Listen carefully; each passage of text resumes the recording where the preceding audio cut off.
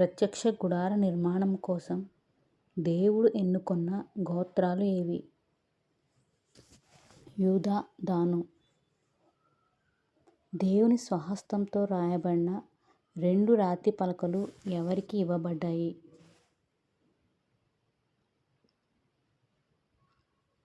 మోషే. పరిశుద్ధ స్థలము యొక్క సేవ నిమిత్తము జ్ఞాన విద్య వివేకములతో దేవుని ఆత్మతో నింపబడినది ఎవరు? బెసలేలు. మోషే 10 ఆజ్ఞలు గల పలకలను ఎక్కడ పడవేశాడు? సీనాయి పర్వతము దిగువన.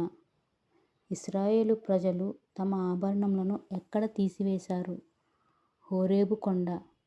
10 ఆజ్ఞలను రెండోసారి రాయడానికి 2 పలకలను చెక్కినది ఎవరు? మోషే. బెసలేలునకు తోడుగా నియమింపబడింది ఎవరు?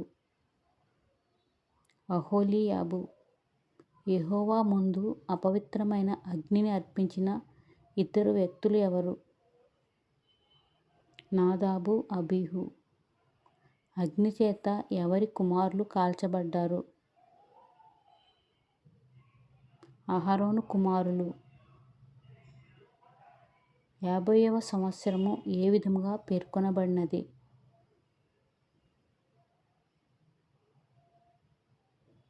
సునాద కాలము.